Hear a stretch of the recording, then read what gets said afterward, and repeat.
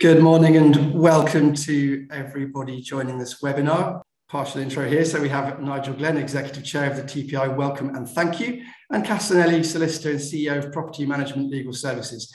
Thank you for providing your time and wisdom on this session today. Good morning. Hey Joe, how are you doing? Yeah, I'm good, thanks Nigel. Welcome everybody. So we're gonna kick off with the traditional view of Section 20, starting with consultation. So who wants to kick off on this, Cass or Nigel? Cass, I think that would be more one for you to go on to. Absolutely. So we put this webinar together today, didn't we? Looking at Section 20. And when we think about Section 20, we tend to think of it in the traditional way of Section 20 being all about consultation. And consultation where landlords and landlords for these purposes is the person that's entitled to enforce payment of a service charge. So the Section 30 definition of a landlord. We tend to think about Section 20 in the context of consultation so far as qualifying works are concerned, and we'll look at the definition of what qualifying works are under the Act, and also qualifying long-term agreements, because there are a raft of statutory and contractual restrictions on the recovery of service charges. And service charges are the lifeblood of any development, aren't they? And there are, as I say, a number of contractual restrictions on the recovery of service charges. Those are driven by the terms of the lease. So it's really, really important to make sure that you are reading, understanding and implementing the terms of your leases to make sure that you comply with those contractual restrictions. It's so important to make sure particularly that you are serving contractually valid demands for service charges, because the 18-month rule may well come and bite you in the bum if you're not serving those contractually valid demands, and we'll look at Section 20B in a bit, but also to make sure that you are complying with the statutory restrictions on the recovery of service charges. And Section 20, in the traditional way that we think about Section 20, is one of those number of statutory restrictions on the recovery of service charges.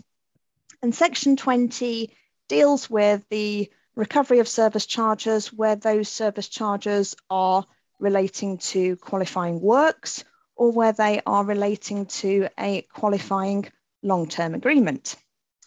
And we have a definition under Section 20ZA as to what qualifying works are and what a qualifying long-term agreement is. And it's Section 20ZA2 that tells us that qualifying works are works to a building or other premises, and that a qualifying long-term agreement is an agreement entered into by or on behalf of the landlord or a superior landlord for a term of more than 12 months. And when you are undertaking a project of qualifying works, or when you are undertaking or entering into a qualifying long-term agreement, then it's necessary to think about Section 20 and whether the limits section down by Section 20 are going to be triggered. Because if those limits are triggered and you intend to recover more than £250 from any one leaseholder towards qualifying works, or more than £100 per leaseholder per financial period for a qualifying long-term agreement, then you have to do one of two things. You either have to go through a consultation exercise, or you have to go to the tribunal and obtain dispensation from consultation. If you don't go to the tribunal and obtain dispensation, or if you don't go through that consultation exercise, then the sums that you can recover from the leaseholders are capped. And they are capped at £250 where it's a project of qualifying works, and they are capped at £100 per leaseholder per financial period where it's a qualifying long-term agreement. And you'll be very familiar with the consultation process because it's something, Nigel, I'm sure you agree, that agents do, frankly, day in, day out. It's part of the bread and butter, isn't it, of what agents do, because often there are projects of works that cost more than £250 for any one leaseholder, and therefore it's necessary to go through that consultation exercise. That consultation exercise is governed by regulations. So where the property is located in England, then we have the Service Charges Consultation Requirements England regulations of 2003. Regulations always have really long titles. So for England, it's the 2003 regulations, and for Wales, it's the 2004 regulations. So a different set of regulations, depending on whether the property is located within England or if it's located in Wales. Can I just ask a quick question there then, Cass? Dispensation. I was let me sound self-aggrandizing, whatever that wasn't a word, was it? That's a big word. It was, and I actually said it wrong. I'll look it up when I get home. But we were talking about energy contracts, and we were saying that Section 20 actually works against the interests of leaseholders, simply because of the nature of energy contracts. They're very like fireflies. When you get a price, it doesn't last very long, and it certainly won't survive a Section 20 procedure. So that's why, you know, everybody's got terrible energy contracts at the moment, because you couldn't lock in good prices years ago. And the government gleefully came back and said, oh, no. You don't need to carve energy out of Section 20, because we've had a word with the First Tier Tribunal, and they've got this wonderful thing called dispensation. So you can just go and get dispensation. And rather than me give the answer, I told them what I thought of that as a procedure. I felt legally it was completely correct, but in practical notes, I didn't think it was. What are your thoughts on being able to turn around a dispensation case in a couple of days? Well, I've got a quick thought on that. Sorry. Sorry, Joe. Yep. All right. I can remember applying for dispensation on a couple of occasions and basically rocking up and being told, go back and consult. So I don't know if that's probably the typical experience of many of our audience. It would be good to know from our audience actually what their experience of dispensation from consultation is on the occasions that they have had to seek dispensation, because the Act, it's Section 20ZA of the Act that allows a tribunal, gives the tribunal discretion to dispense with some or all of the consultation requirements in respect of both qualifying works and a qualifying long-term agreement if they are satisfied that it is reasonable to dispense with those consultation requirements. And it's worth remembering, particularly for your question, Nigel, that dispensation can be a prospective dispensation. So you can make your application for dispensation on an before you undertake the works or before you enter into the contract, but you can also make an application for dispensation retrospectively. It may be that there has been an emergency and you haven't had the opportunity to go through a consultation exercise and you need to do the works or to enter into the contract. You can, in those circumstances, apply retrospectively for dispensation. It may be that there has been a consultation exercise attempted, but for whatever reason, that consultation exercise hasn't quite gone in accordance with either the 2003 regs or the 2004 regs. So you need to apply for dispensation in order that you can then recover those costs from the leaseholders. There's a risk there, isn't there? There's a risk, because risk. Otherwise, what's the point of doing dispensation if you're going to get it rubber stamped? I mean, we're just taking up the court's time. And that was my argument with the government, that I'm not sure the FTTP could cope with 20,000 applications a year that need turning around within 48 hours, because I think, as you and I have discussed in the past, the waiting time at the moment is 6 months odd to get in front of a court. So as I said, I felt it legally was absolutely correct what they said, but in practicality, it wouldn't hold water. We've actually got a couple of questions that come in on that one. Oh gosh, they're whizzing in. Hang on, let me go up my screen a little bit. So how this, I'm afraid, Cass, quite a lot of these are legally ones, Joe. So if you want to jump in and then give me a shout. But the first one is, how can you currently enter into a Section 20 for a long-term agreement for utilities when the rates for utility contracts are only valid for hours, which is exactly what I was saying, which is, yeah, you can't. All you can do is the 1 year contract, and those are pretty much all run out by now. So that is the issue, and the industry is talking with government to say, please, can you carve Section 20 out for this very reason? And that is being listened to.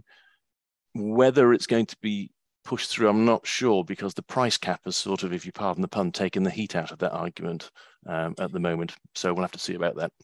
So trying to be it's worth remembering as well, Nigel, that dispensation, we know from Dejon and Benson, I mean, I remember that case coming out, we know that dispensation isn't all or nothing, that it's not black and white, there are shades of grey, so dispensation can be granted on terms.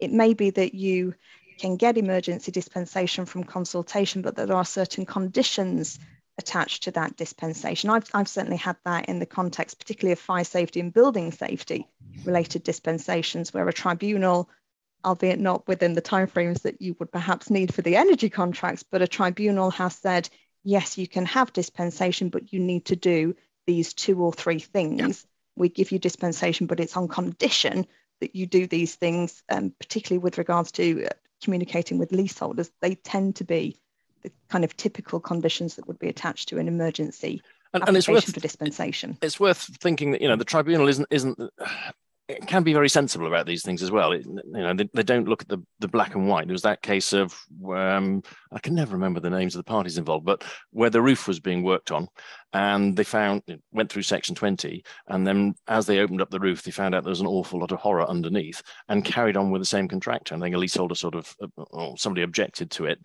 but the court looked at it and said, well, was there any long-term malice to the leaseholders? Well, no, because you couldn't stop the project because you had an open roof, and it made sense for the contractor who was on site and scaffolding, etc., to continue. So it would have been nice, but there was no malice aforethought, because this was an unknown until the roof was opened up, and so they didn't suffer any malice thereafter.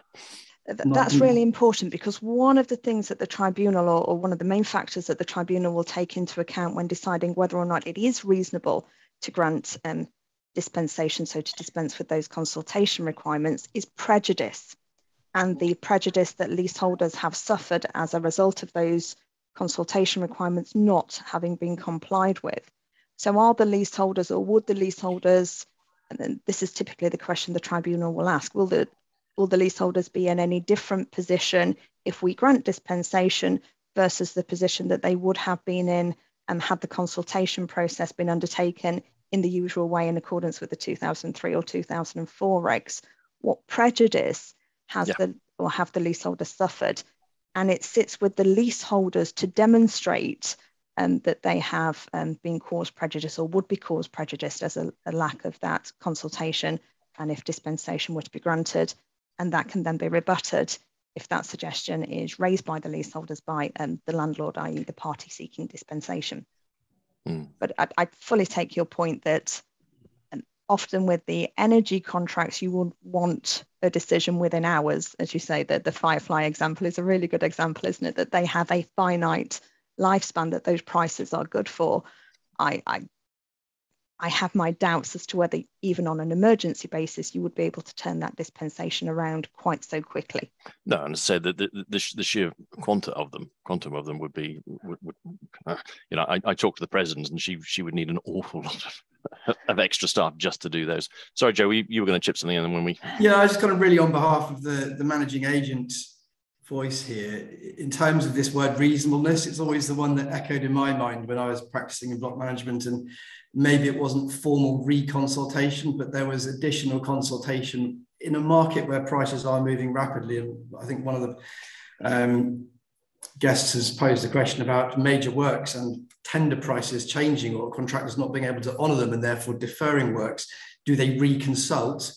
Do they do that formally, i.e. start the Section 20 process again, or is it sufficient for them to go back with reasonableness in writing and communication and through meetings to explain that process so that they aren't prejudiced? What are your thoughts on that, Cass? I think it's important to distinguish what we're talking about with reasonableness. So what hat reasonableness is wearing in that context. Are we talking about reasonableness in the context of the tribunal exercising their discretion to dispense with the consultation requirements, or are we talking about Section 19 reasonableness?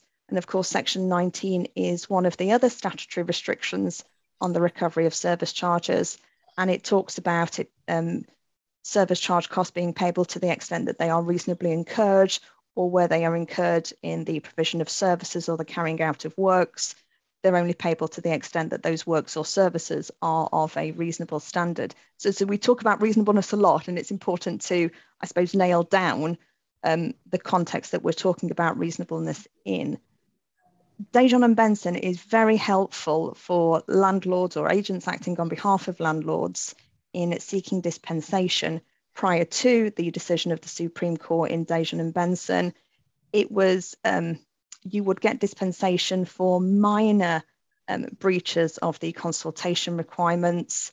Anything more than a minor breach, then you wouldn't get dispensation, and the leaseholders would then have the windfall of being capped at having to pay just £250 towards the works, or £100 per leaseholder per financial period for the QLTA. Dejon and Benson has widened that. So instead of it being black or white, yes, no, do you get dispensation?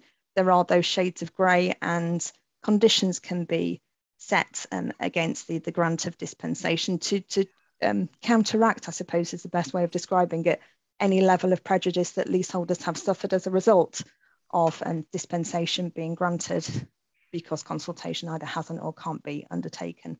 So it's the questions: are you going to get dispensation? Probably. Is that dispensation going to be on terms? And that's where it's fact dependent. Okay, got some interesting questions coming in. One worries me a little bit. We've used, and it's anonymous, so whoever put this in, thank you very much. We've used the reasoning that as long as the leaseholders are not prejudiced, you're okay if you can show that a 2-year deal is cheaper, then no harm. But you still need to either have consulted or go and get your dispensation. Without one of those two things, you're capped. Because the problem with that is, let's say magically the Ukraine situation solves itself, nuclear fusion is discovered, yada, yada, yada, energy prices plummet. You're going to have leaseholders next year going, we're stuck on a very high rate here, and it's 2 years, and that's not, did you consult on that? No, I'm now capped, please. I'm going to go to the tribunal. So that is, I can see what you're doing, which is trying to do what's best for leaseholders, but you have to look after yourselves as well, being selfish about it, because you could end up quite happily in court with that, because none of us know what's going to happen with energy prices, or else we wouldn't be doing property management. I'm pretty sure about that one. Feels like it's a classic reassuring message to, if in doubt, get the letters out. Yeah.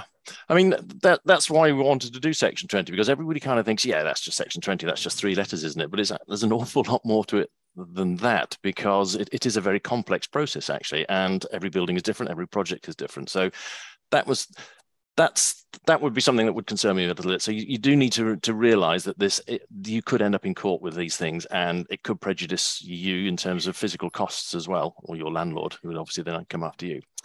And that's a really good point, Nigel, in that many managing agents will have an agreement with their landlord clients, and landlord, as I say, for these purposes, is whoever's collecting the service charges. And you will agree under that to perform certain services and perform them with reasonable care, skill, diligence, however your agreements are worded. Watch out if you are entering into contracts knowing that they are potentially caught by Section 20. And if there's a shortfall, then your clients are going to be knocking on your door in relation to that shortfall. Yep. Certainly I don't think many RMCs and RTMs understand that. I remember once being threatened with the sack because I was doing the Section 20 process, and they said, well, we've never done one for the last 14 years, because I hate to say the caretaker was doing it all. And they got very upset about it until we pointed out the liabilities that they had incurred over the previous goodness knows how many years by doing lots of major works without consulting at all. And it came a bit of an unpleasant shock to them. But that took quite a bit of explaining, because it just wasn't something they sort of come across. Here's another interesting one. The QLT amount. What about cyclical maintenance contracts? Cleaning, fire servicing, let's chuck concierge in there, et cetera, et cetera. Again, a bit of a legal twist to it, Cass, so I'll chuck you in there first. But what about those sort of longer term ones? Now, there is a twist here, of course, because some contracts might have been gone into before there was technically a leaseholder. So the classic one there is the old entrance phone horror contracts that most of us suffer under. But otherwise, cleaning contracts, do they roll? Do you need a Section 20 for that? If they're in the budget, is that okay?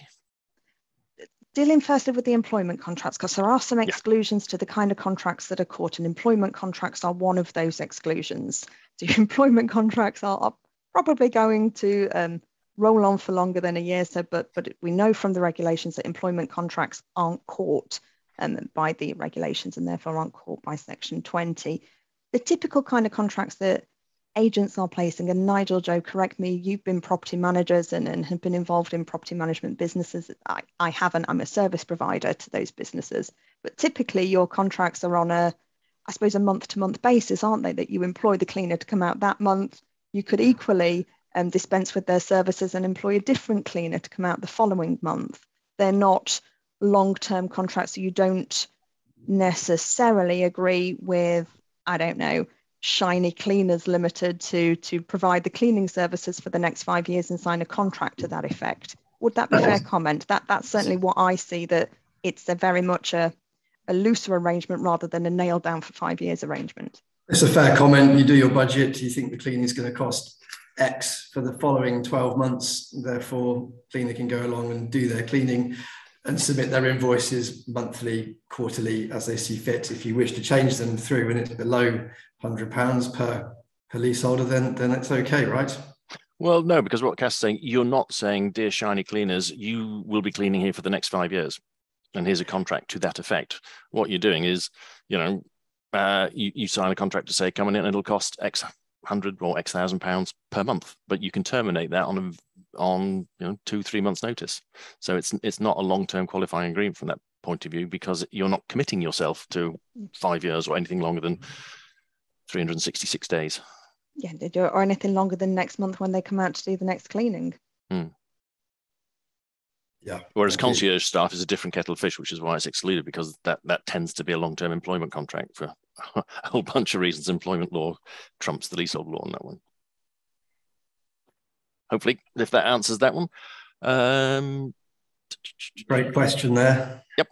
Cass, in certain circumstances, it is necessary to get works done without consultation, but I do send a letter giving 7 days notice of the works and try to include at least 2 quotes. Often I cannot get a second quote easily. Is there any way around getting dispensation for works without a second quote? We tend to always go by default, don't we, to when we want to recover costs and want to pay for certain costs, we by default go to service charges and we go to our leases. And I fully understand the reasons for that. There are other ways of recovering monies where you are providing services in relation to a block. By default, we go to service charges, we go to the service charge mechanism, and we go to our occupational leases and we see what they say and we recover costs under those leases. There's also the option, subject to your memorandum and articles allowing it, to go down the use of the corporate vehicle as a way of raising funds and as a way of undertaking works to a block. If you have, it's one of those things that sounds really, really simple and good in principle, but when you start to unpick it a bit, it becomes, as many things do, slightly more complicated. And by that, just so everybody's clear, I'm seeing what you mean is the company that manages, let's say it's owned by the leaseholders, has 100 shareholders or 100 people involved in it. Ergo, the costs are going to be paid by the company, not the service charge. So hence Section 20 doesn't come in, and everybody pays 100th rather than what's in their lease. Downsides there, Joe, can you think of anything on that one? Yeah, we're going to get a ream of it's not fair emails of people flooding the office.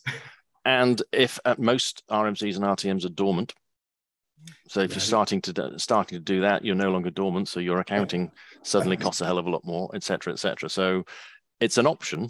It's quite a frisky one. It's an option. It's an option where you have a particularly engaged bunch of people, and where your mem and arts reflect what they would pay under the terms of the leases. Otherwise, as Joe says, you're going to get this isn't fair, probably coming back at you. It's also slightly more tricky in terms of enforcement as well, because you're then relying on the contract, i.e. the mem and arts, rather than relying on the lease. So you don't have the typical ways of enforcing service charges that a landlord would have, i.e. the threat of forfeiture. You just have you're in breach of the contract, i.e. the mem and arts, and therefore you need to pay. If you don't pay, we're going to sue you, and we will enforce that in the usual way. And as Joe says, in a sense, it is unfair, because let's say a reserve fund has been built up over time, which is fair because you've used the lift. If you're going to the corporate route, it's whoever just happens to be holding the package on the day has to pay the entire amount. So you've just sold your flat, or you've just bought a flat from somebody else, and you're a shareholder, 100th, you're facing 100th of the total bill, even though you've only just moved in that morning. Yeah, I don't know anyone who's gone down a corporate route. I'd love to chat to fellow block managers at conferences to see if they have done. I think it's quite a big and tricky subject area. It is, but as Cass says, it's one of the things we're trying to do is we're not trying to avoid Section 20. That's absolutely not what we're trying to do. Is just say how do these things work and what are the options available to you? Because Section 20 might be an administrative pain at times, but there are good things about it. We'll come on to later on. Is it fit for purpose? It depends what the purpose is. If the purpose is to protect leaseholders, I'm frankly not sure it does, because it's a process. It's like a railroad track. But that ties in really well with the question that's coming about, can I get my leaseholders to sign a waiver?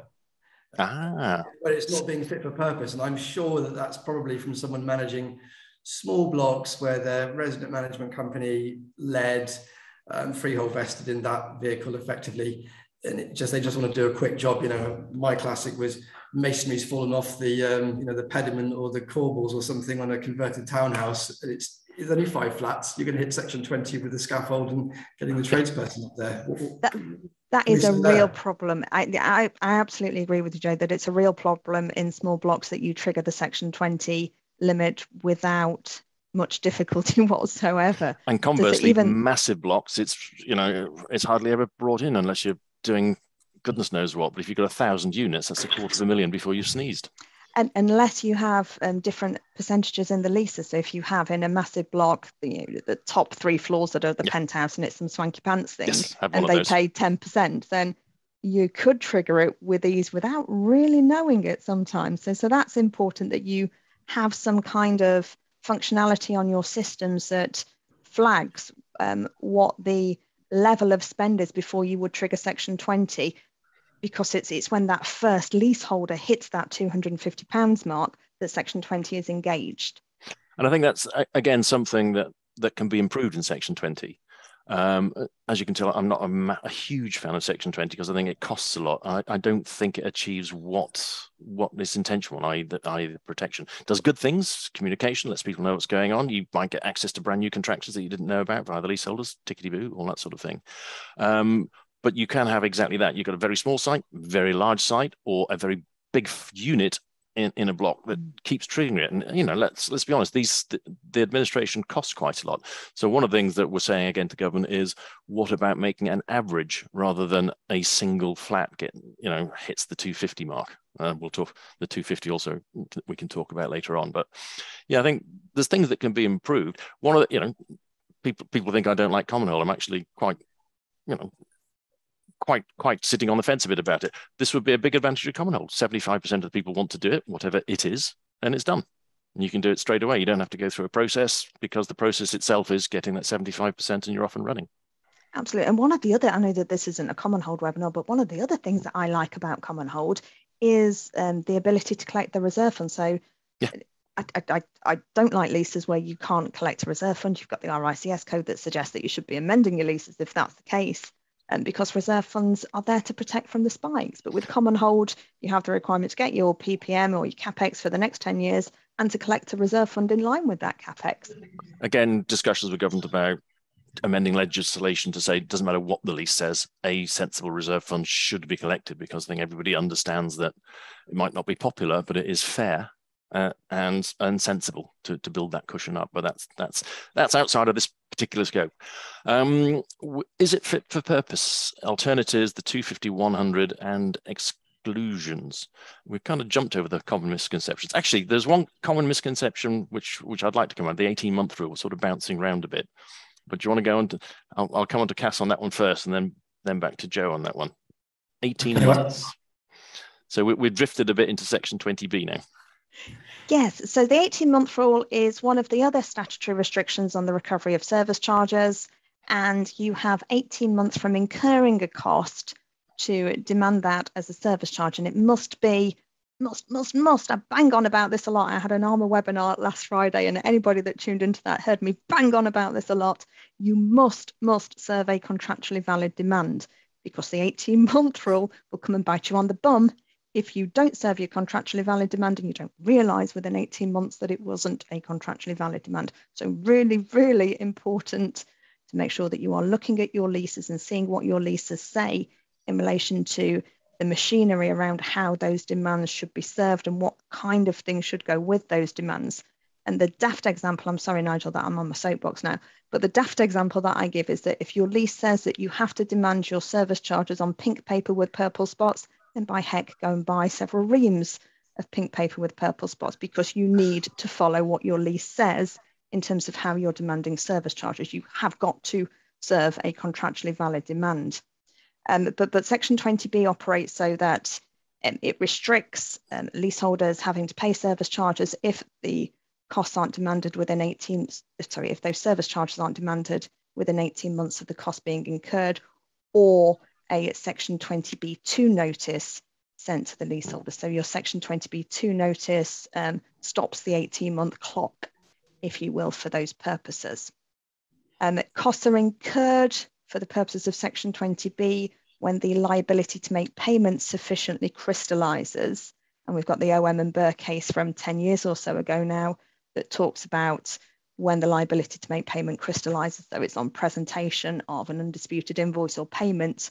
If that invoice is still a little bit of wriggle room there, but that's when costs are incurred for those purposes. It's not when the service is provided, which was a really important point with OM and Burr. Yeah, so it's not 18 months calendar after the first day of the service charge year. It's 18 months after, frankly, you break the budget, isn't it? Because you've suddenly incurred a debt there. So if you're always, I hate to say this, but if you're always over budget, then the Section 20B isn't required, is it? Because you haven't broken the budget. So long as you've served a contractually valid demand. Yeah. So if you serve a contractually valid demand and you have a surplus at the end of the year, so your budgeted costs are more than what your actual costs are, then Section 20B doesn't apply. It's only where you either don't serve a contractually valid demand or you have a deficit at year end that you need to do something with. Yeah. That Section 20B is going to apply. The message is, again, is check leases for balancing charges and that particular wording, because there's a whole load of letters that need to be sent out. I think the message, Joe, is you managing agents, I'm sure that you guys have this in practice as well, will have your processes and procedures as to what you do when you're sending out service charge demands, particularly the first service charge demand of any financial year.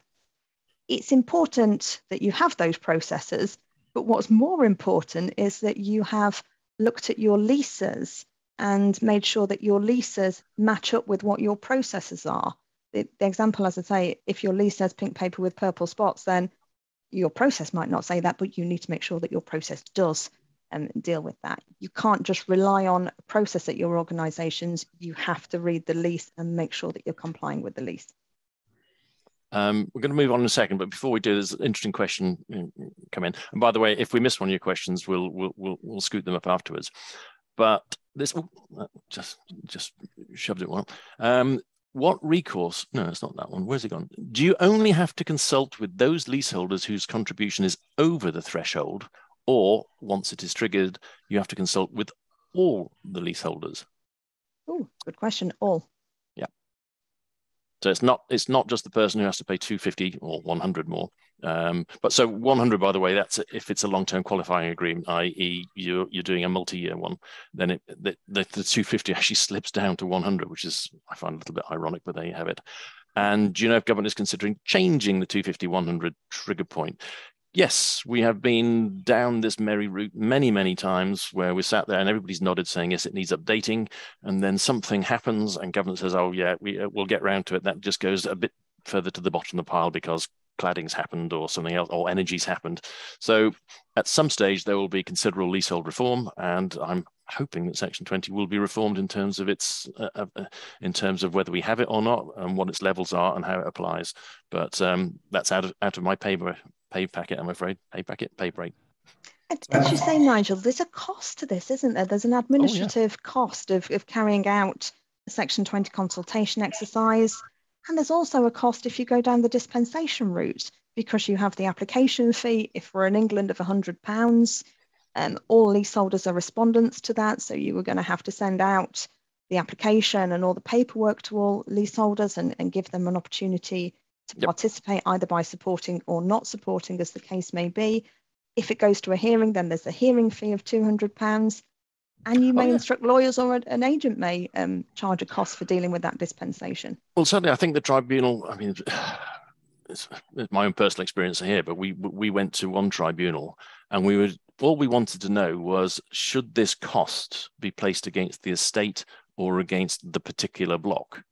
And it was uncontested. So we just turned up and said, we were the managing agent and we had a member of the board there. And we were saying, all we want to know is, dear wise tribunal, which way do you think it should go?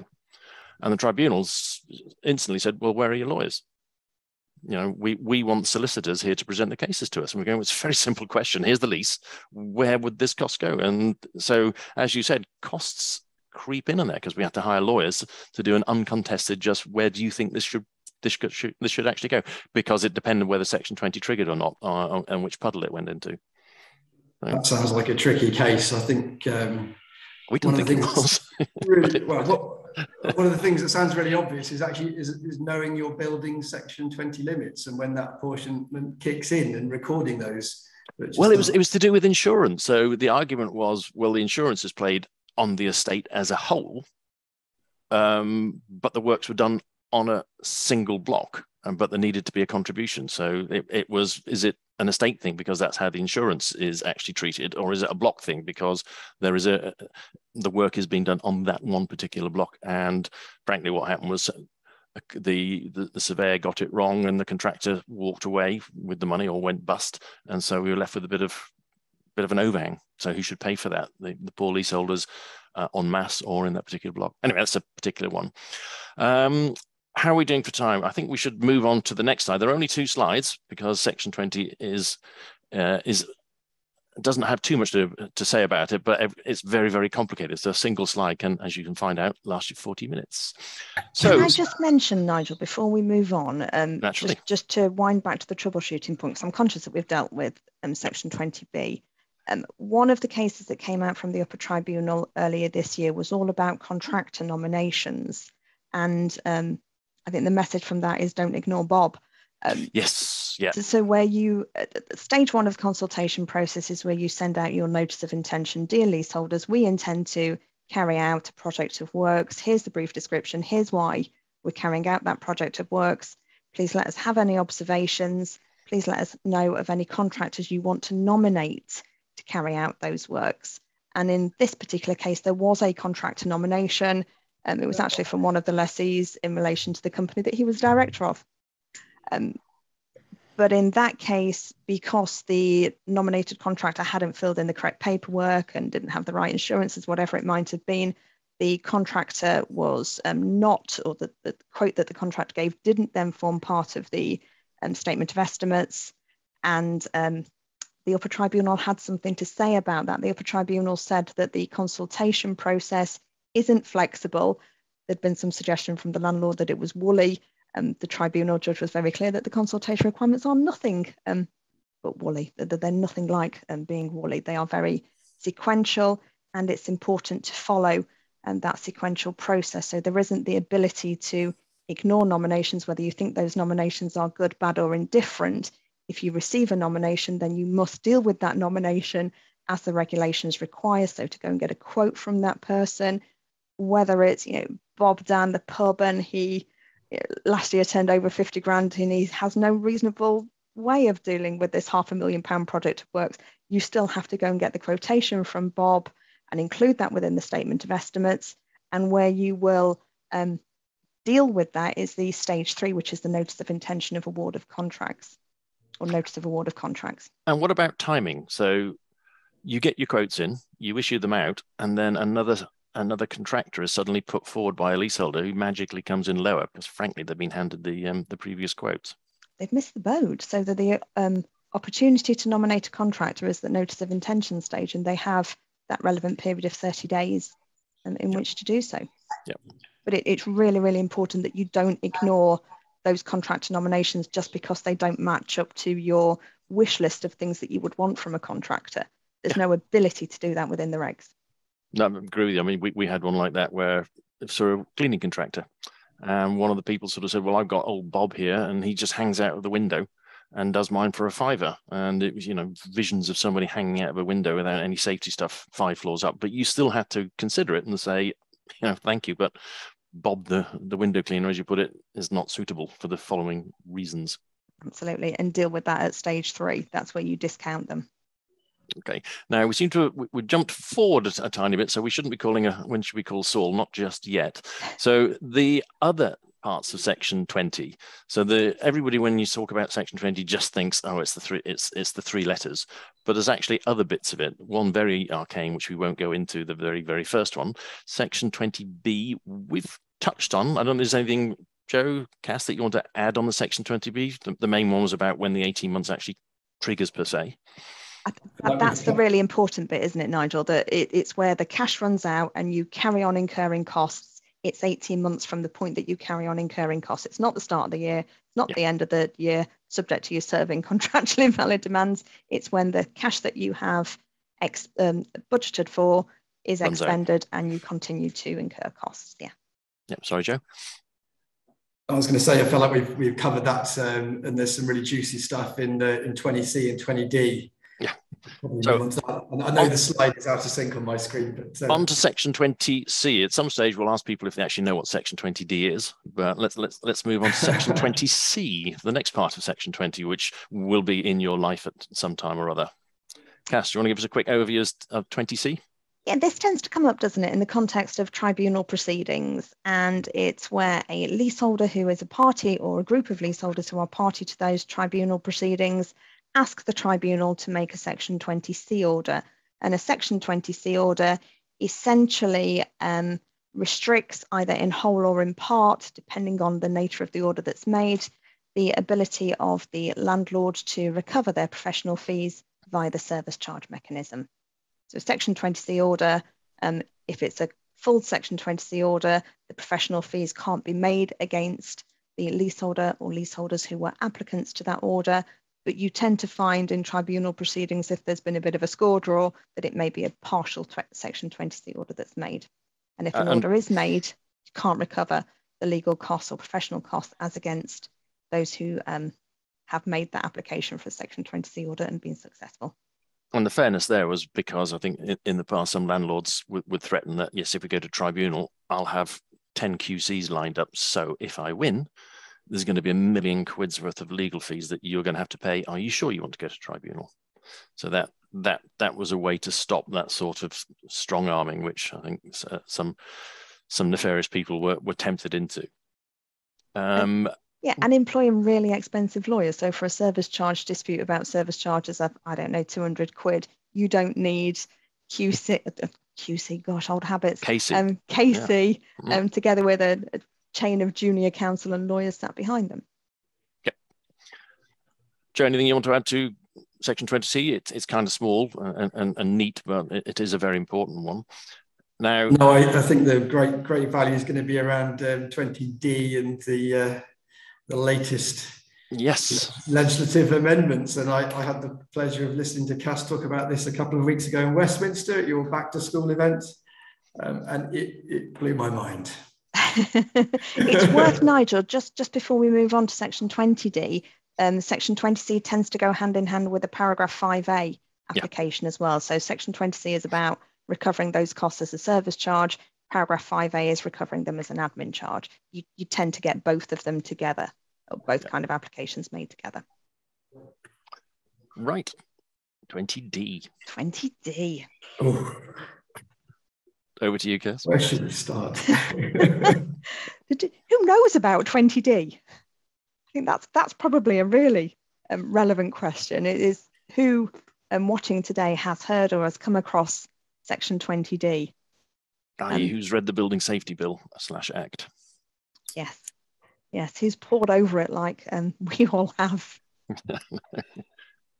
It's introduced, the new Section 20D is introduced by the Building Safety Act, as is now, and it's Section 133 of the Building Safety Act that introduces the new Section 20D that will be added to the Landlord and Tenant Act 1985 as the new Section 20D. And in the same way that Section 20C operates as a limitation on service charges that can be recovered from leaseholders in respect of professional fees, Section 20D operates as a similar limitation in respect of remediation works. And Section 20D requires a landlord, and I have a bit of problem with the definition of landlord on this one, I have to say, because landlord for these purposes is the person that's entitled to enforce payment of a service charge because it's slotted into the 85 Act. But it requires a landlord to look at other steps and other avenues to recovery rather than simply thinking blindly, I'm going to recover these costs from the leaseholders via the service charge mechanism.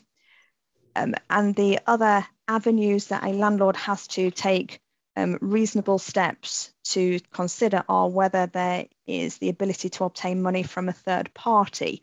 So are there any, for example, policies of insurance that could cover the remediation costs? Are there any guarantees or indemnities that we could look to cover the remediation costs? Is there anybody that we could sue to look to recover those remediation costs? And the examples that are given in Section 20D are claims against a developer, claims against a person that's been involved in the design of the building or works to the building, or anybody that, or any person that's been involved in carrying out works in relation to that building. So the landlord has to take reasonable steps and may well have to show a tribunal that they have taken those reasonable steps to explore whether there is or there are those alternative routes to funding before going to the leaseholders by means of a service charge. And the problem there, of course, is what is reasonable, because you're going to have potentially desperate leaseholders scrabbling for anything to avoid having to pay life-changing bills. So, dear landlord, what have you done? Have you hired KCs to take on Barretts, for example, which will cost you a few $100,000? And the landlord might say, well, is that reasonable or not? But in the leaseholder's eyes, it's perfectly reasonable, because I'd love you to pay hundreds of £1,000s to stop me paying a bill. Exactly. I mean, there is guidance that will be coming out from government in relation to this, particularly as to how a tribunal will approach this, as to whether reasonable steps have been taken or not by a landlord, so that they can then make a determination as to whether those costs of remediation works are recoverable via the service charge mechanism or not. So that guidance is really, really important guidance, and hopefully will be coming out in the not too distant future. I have all sorts of issues with Section 20D, generally because it's slotted into the 85 Act, so it applies to anyone that's entitled to enforce payment of a service charge. And I query whether RMCs, RTM companies, and Section 24 appointed managers have the locus to be able to make a claim under insurance, to be able to make a claim against a guarantee or indemnity, or even be able to sue the developer. I worry about that, and I certainly have fed that back up the line. Yeah, I mean, the concern is that there's going to be a lot of desperate people for pushing court cases out just because their backs are up against a wall, and that's not what the courts should be there for. No, and it doesn't help either that the remediation orders and remediation contribution orders that RMCs, RTM companies, and Section 24 managers aren't interested persons. So an RMC can't make an application for a remediation contribution order under the Building Safety Act because it's not an interested person. So it could find itself facing an application under Section 20D from a leaseholder who doesn't want or thinks that the remediation costs shouldn't be met by that leaseholder. But the RMC, their response is surely going to be, not me, Gov. Not very satisfactory. Yeah, my takeaway from 20D is kind of the bureaucratic mechanisms in terms of deeds of certificates that need to be gathered and all of those processes too. And I'm sure that's something that many managing agents listening will be like, what is this? And I think any more information out there that helps them with that is going to be really valuable. We've got 9 minutes left. There's a question earlier which I found interesting. just about who to serve the section, back to good old Section 20, who to serve the Section 20 on. So the classic one, I remember years ago, Jeff Blatt talking about this, which is where you've got a housing association. Do I just serve the Section 20 on the housing association, or do I have to serve it on all of their leaseholders as well? That was dealt with in the Brunswick case, and it dealt with the service point as well as who should be served. So the Brunswick case was an upper tribunal decision from a few years ago now, all in relation to the Brunswick Centre down in London. And that has quite a complicated chain of title where you have superior landlord, a number of intermediate landlords, and then leaseholders who will ultimately pick up the tab for the works, because this was to do with the project of works. But the responsibility for undertaking the project sat with one of the superior landlords. But as I say, it's the leaseholders down at the bottom end of the chain who would be paying for that via the service charge mechanism in their occupational leases. And the upper tribunal looked in that case as to where the responsibility to consult sat, and whether the superior landlord just had to consult with their tenant, or whether they had to consult with anybody who would be paying for this via the service charge mechanism. And the decision of the upper tribunal in that is that the superior landlord, sorry, there's a fly flying around, forgive me if you keep seeing it in front of the camera. I'll do my Karate Kid thing in a minute and get it. But in the Brunswick case, the upper tribunal said the superior landlord, i.e. the one that was carrying out the works, had to consult with everybody, even though they didn't have a contractual relationship with those under tenants, they still had to consult with them as part of the consultation exercise. Which raises the practical aspect of, how do I get the communication details of the people I'm supposed to, therefore, the ones underneath the housing association, for example, I probably don't have their database or access to. You could ask the housing association for that, or ask the intermediate landlords for those details. Ultimately, the upper tribunal said you have two options here. You can go and get dispensation, so that route is open to you if you don't want to go through the consultation exercise, or you send out notices to dear leaseholder at the property address. And what about good old mechanism of serving the notice? So Joe's my leaseholder, I've got his email address, so I'll send him all the Section 20s on email. Saves me licking stamps and stuffing envelopes. And the lease is silent on that. Thanks for posing that. You will look to your lease and the service provisions under your lease where you are demanding service charges, for example. So anything that you are sending to leaseholders because of requirements in the lease, then you need to follow those service provisions in the lease. And most leases will talk about Section 196 of the Law of Property Act. And Nigel, you and I spent a heck of a lot of time over COVID talking about service under leases, didn't we? But where you're dealing with Section 20, then these are statutory notices. So you need to look at the statute to see whether there are any statutory provisions within the Act that deal with service. And there's not, so far as Section 20 notices are concerned. So those could be sent in the way that you give in your example, or popped in the post, or delivered to the address dear leaseholder. What you have in your favour, however, when you're sending statutory notices, is the Interpretation Act. An Interpretation Act contains deeming provisions, i.e. if you can show that you have put the letter in the post or put the notice in the post, that you have correctly addressed it, and that you have paid the postage, then that is deemed to have been delivered. Yeah. Within 2 working days. Yeah, precisely. That's often really helpful.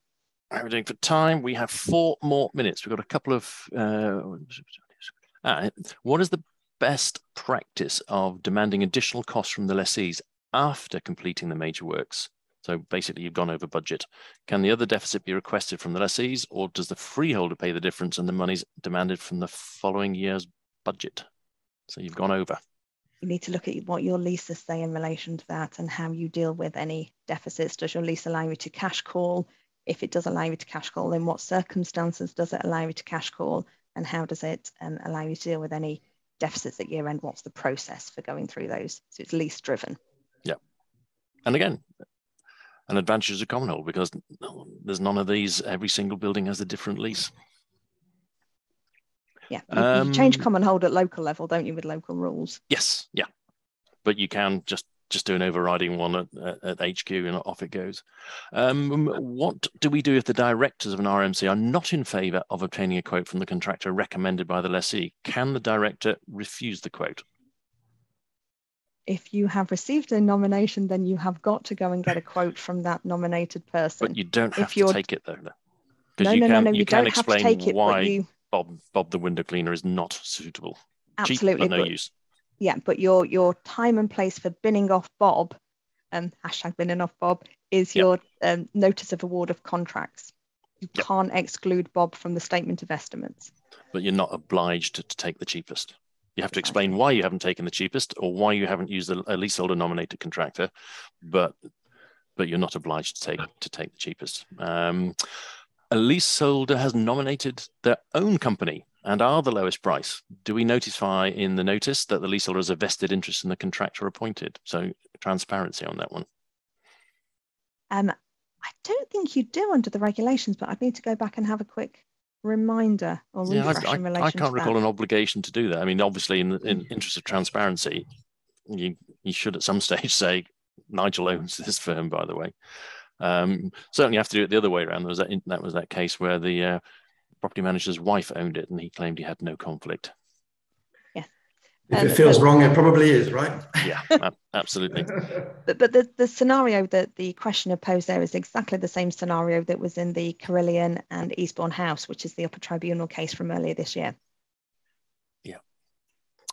Okay, we have just over 1 minute. Quite a long question there. I won't be able to read it out within 1 minute. We'll get back to you on that one. I think actually at the moment, we'll go to the very final slide, which is we've gone through how not to land up in front of a tribunal, but over to you on this one, Cass. When should you then pick up the phone to a friendly lawyer? I feel like I'm a turkey voting for Christmas here on this one. What I would emphasise with this is the importance, as the slide says, of directors and officers insurance and making sure that you have adequate D&O cover for your RMCs, your RTM companies, your landlord clients, and that includes defence costs, however the policy phrases it, in the event that applications are made to a tribunal by leaseholders who seek to challenge service charges of whatever nature. So really a reminder from me of the importance of D&O cover and adequate D&O cover that doesn't just cover the individual officers of the company, but covers the company as an entity, because it's more likely than not that action will be taken against the company as an entity rather than against the individual directors. Thanks, Cass. That takes us to 12. It does indeed. And thanks to everybody who was listening in. Hopefully that was of value. We'll follow up with the questions that I think there are a couple we didn't quite get to. They were pretty specific ones.